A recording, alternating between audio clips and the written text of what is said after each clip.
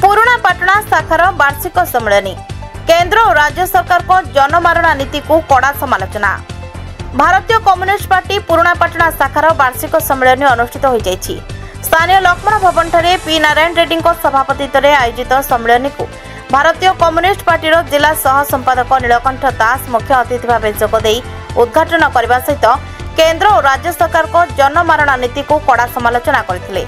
एही अवसर में दलीय पताका को जिला कार्यकारी कमिटी सभ्य राजीव लोचन पंडा उत्तोलन करथिले। प्रारंभिक सूचना प्रशांत कुमार पंडा प्रदान करने सह वार्षिक विवरणी पाठ करथिले।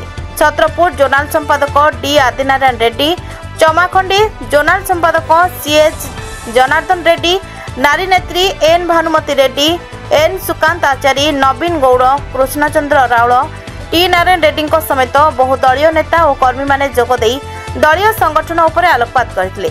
आगामी दिन में खेत मजदूर, चाषी और श्रमिक मानक समस्या नहीं आंदोलन करने निमंते निष्पत्ति होइतिला।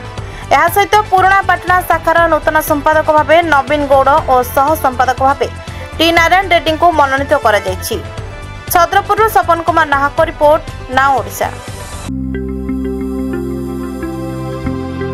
लेटेस्ट न्यूज अपडेट पाई www.nowodisha.com को लॉगिन करंतु।